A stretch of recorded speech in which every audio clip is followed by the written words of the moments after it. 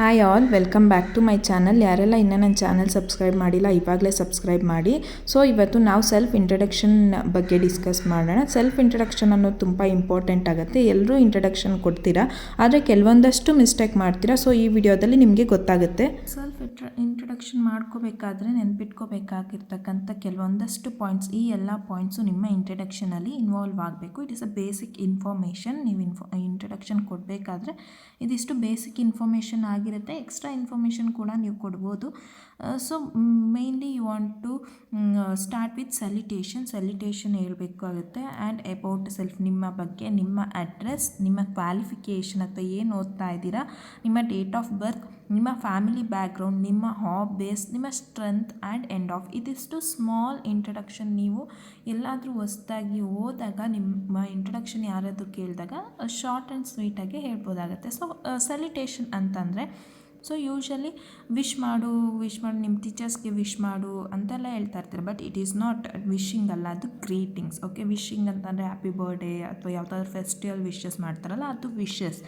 Greeting ಅಥವಾ ಸೆಲ್ಯುಟೇಷನ್ ಅಂತ ಹೇಳ್ತೀವಿ ನಾವು. Good morning, good evening, good noon, ಈ ಥರ ಎಲ್ಲ ಹೇಳ್ತೀವಲ್ಲ, that is known as salutation. So according to the time ನೀವು ಸೆಲ್ಯುಟೇಷನ್ ಹೇಳ್ಬೇಕಾಗತ್ತೆ. Good morning, good afternoon, good evening. Even night ಆಗಿದ್ದರೂ ಕೂಡ ಕೆಲವರು ಗುಡ್ ನೈಟ್ ಅಂತ ಇಂಟ್ರೊಡ್ಯೂಸ್ ಮಾಡ್ತೀರಾ. ನೋ, ಗುಡ್ ನೈಟ್ ಅಂತ ಹೇಳ್ಬಾರ್ದು. ಸಂಜೆ 8 ಗಂಟೆ ಆಗಿದ್ದರೂ ಕೂಡ ಗುಡ್ ಈವ್ನಿಂಗ್ ಅಂತಲೇ ಹೇಳಬೇಕು. ನೀವು ಯಾವಾಗ ಹೊರಡ್ತಾ ಇರ್ತೀರಲ್ಲ ಆವಾಗ ಬೇಕಿದ್ರೆ ನೀವು ಗುಡ್ ನೈಟ್ ಗ್ರೀಟ್ ಮಾಡಿ ಬರ್ಬೋದು. ಆದರೆ ಗುಡ್ ಈವ್ನಿಂಗ್ ಅಂತಲೇ ಹೇಳಬೇಕು. ಈವ್ನಿಂಗ್ ಟೈಮ್ ಆಗಿರ್ಬೋದು ಅಥವಾ ನೈಟ್ ಟೈಮ್ ನೀವು ಇಂಟ್ರಡ್ಯೂಸ್ ಮಾಡ್ತಾ ಇದ್ದೀರಾ ಅಂತಂದರೆ ಆವಾಗಲೂ ಗುಡ್ ಈವ್ನಿಂಗ್ ಅಂತಲೇ ಹೇಳಬೇಕು. ಸೊ ನೆಕ್ಸ್ಟ್ ಅಬೌಟ್ ಸೆಲ್ಫ್, ನಿಮ್ಮ ಬಗ್ಗೆ ಹೇಳಬೇಕು. ಮೈ ಸೆಲ್ಫ್ ಅಂತ ಸ್ಟಾರ್ಟ್ ಮಾಡಬಾರ್ದು. So myself is a wrong way to introduce. So myself ಅಂತ ಸ್ಟಾರ್ಟ್ ಮಾಡಿಬಿಡಿ. ಸಿಂಪಲ್ಲಾಗಿ ಐ ಆಮ್ ಸೌಮ್ಯ, ಲೈಕ್ ಈ ಥರ. This is Soumya, it's me Soumya, ಈ ಥರ ಏನಾದರೂ ಮೈ ನೇಮ್ ಈಸ್ ಸೌಮ್ಯ, ಈ ಥರ ಸಿಂಪಲ್ಲಾಗಿ ನೀವು ಇಂಟ್ರಡ್ಯೂಸ್ ಮಾಡ್ಕೋಬೋದು. ನೆಕ್ಸ್ಟ್ ಅಡ್ರೆಸ್ ಹೇಳ್ಬೇಕಾಗತ್ತೆ, ನಿಮ್ಮ address. So I am from Bangalore, I am from Gulbarga, I am from Bijapur, ಈ ಥರ. ಅಥವಾ ಐ ರಿಸೈಡ್ ಎಟ್, ನೀವೆಲ್ಲಿರ್ತೀರ ಅಂತ. I reside at, I came from, I live at, ಈ ಥರ ಎಲ್ಲ. ಅಥವಾ ಸಿಂಪಲ್ಲಾಗಿ ಐ ಆಮ್ ಫ್ರಮ್ ಬ್ಯಾಂಗ್ಳೂರ್, ಈ ರೀತಿ. So good morning, I am Soumya, I am from Bangalore, ಈ ರೀತಿ ಸಿಂಪಲ್ಲಾಗಿ ಇಂಟ್ರಡ್ಯೂಸ್ ಕೊಡಬೇಕು. ನಿಮ್ಮ ಮುಖದ ಮೇಲೆ ಒಳ್ಳೆ ಎಕ್ಸ್ಪ್ರೆಷನ್ ಇರಬೇಕು. ಶೈ ಆಗಬಾರ್ದು. ಏನು ಹೇಳ್ತಾ ಇದ್ದೀರಾ ಅದನ್ನು ಬೋಲ್ಡಾಗಿ ಹೇಳ್ತಾ ಇರಬೇಕು. ಸೊ ನಿಮ್ಮ ಎಜುಕೇಷ್ನಲ್ ಕ್ವಾಲಿಫಿಕೇಷನ್ಸ್ನ ನೀವು ಹೇಳ್ಬೋದು. ಸೊ ಎಜುಕೇಷನ್ ಕ್ವಾಲಿಫಿಕೇಷನ್ ಅಥವಾ ಸ್ಟಡಿ ಮಾಡ್ತಾಯಿದ್ರೆ I am studying in 7th standard, I am studying in 8th standard, ಈ ಥರ ಹೇಳ್ಬೋದು. ಅಥವಾ ನೀವು ಇನ್ನೂ ಹೈಯರ್ ಲೆವೆಲ್ ಸ್ಟಡಿ ಮಾಡ್ತಾಯಿದ್ರೆ I am pursuing MBBS from this college, I am pursuing MEd, I am pursuing BE from this college, ಈ ಥರ ಎಲ್ಲ ಹೇಳ್ಬೋದು. ಅಥವಾ ನೀವು ಆಲ್ರೆಡಿ ಎಜುಕೇಷನ್ ಕಂಪ್ಲೀಟ್ ಆಗಿದ್ದರೆ I have completed my graduation, I have completed MSc, ಈ ಥರ ಎಲ್ಲನೂ ನೀವು ಹೇಳ್ಬೋದಾಗುತ್ತೆ.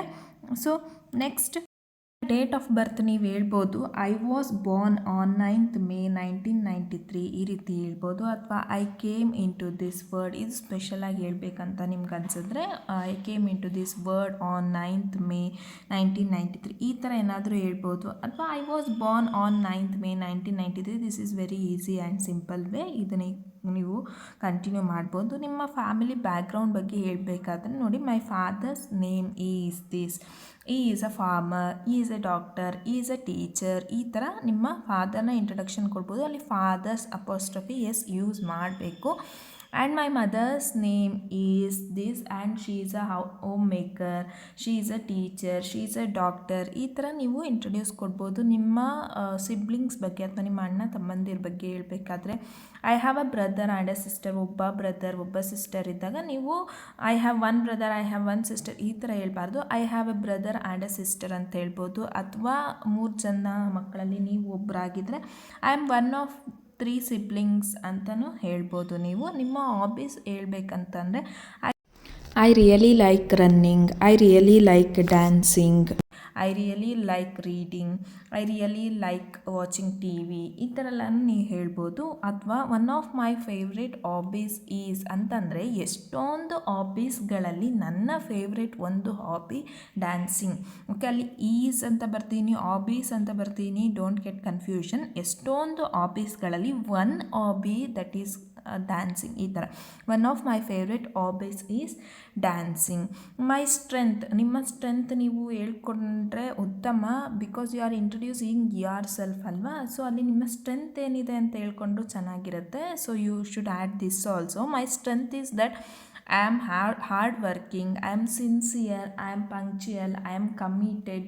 ಈ ಥರ ಎಲ್ಲನೂ ನೀವು ನಿಮ್ಮ ಸ್ಟ್ರೆಂತ್ ಬಗ್ಗೆ ಹೇಳ್ಕೊಡ್ಬೋದು. ಲಾಸ್ಟಿಗೆ ನೀವು ಎಂಡ್ ಆಫ್ ಕೊಡ್ಬೋದು ಅಂತಂದರೆ ಥ್ಯಾಂಕ್ ಯು ಎವ್ರಿ ಒನ್. ಈ ರೀತಿ ನಿಮ್ಮ ಬಾಡಿ ಲ್ಯಾಂಗ್ವೇಜ್ ತುಂಬ ಇಂಪಾರ್ಟೆಂಟ್ ಆಗುತ್ತೆ. ಸೊ ಈ ಸಿಂಪಲ್ ವೇ ಆಫ್ ಸೆಲ್ಫ್ ಇಂಟ್ರೊಡಕ್ಷನ್ನ ನೀವು ಇವಾಗ ಹಾಲಿಡೇಸ್ ಇರೋದ್ರಿಂದ ಪ್ರಾಕ್ಟೀಸ್ ಮಾಡಿ, ನಿಮಗೆ ತುಂಬ ಯೂಸ್ಫುಲ್ ಆಗುತ್ತೆ. ಎಲ್ಲೋದ್ರೂ ನಿಮ್ಮ ಸೆಲ್ಫ್ ಇಂಟ್ರೊಡಕ್ಷನ್ ಮ್ಯಾಟರ್ಸ್. ಯಾಕಂದರೆ ಫಸ್ಟ್ ಇಂಟ್ರೊಡಕ್ಷನ್ ಅಥವಾ first impression is the best impression. ನೀವು firstly you are going to introduce yourself. ಅಲ್ಲೇ ನಿಮ್ಮ ಇಂಟ್ರಡಕ್ಷನ್ ಏನು ಇರುತ್ತೆ that is very much important. Don't be shy. ಅಲ್ಲಿ ಏನು ಹೆದರ್ಕೊಳ್ಳೋದಿರಲ್ಲ. ನಿಮ್ಮ ಬಗ್ಗೆ ನೀವು ಹೇಳ್ಕೊಳ್ಳೋಕ್ಕೆ ಯಾಕೆ ಹೆದರ್ಕೋಬೇಕು? Be confident and introduce yourself in these way. Practice. ಈ ಒಂದು ಸ್ಮಾಲ್ ಇನ್ಫಾರ್ಮೇಷನ್ ನಿಮಗೆ ಯೂಸ್ಫುಲ್ ಅನಿಸಿದ್ರೆ ಲೈಕ್ ಮಾಡಿ, ಶೇರ್ ಮಾಡಿ, ಕಮೆಂಟ್ ಮಾಡಿ. Thank you for watching.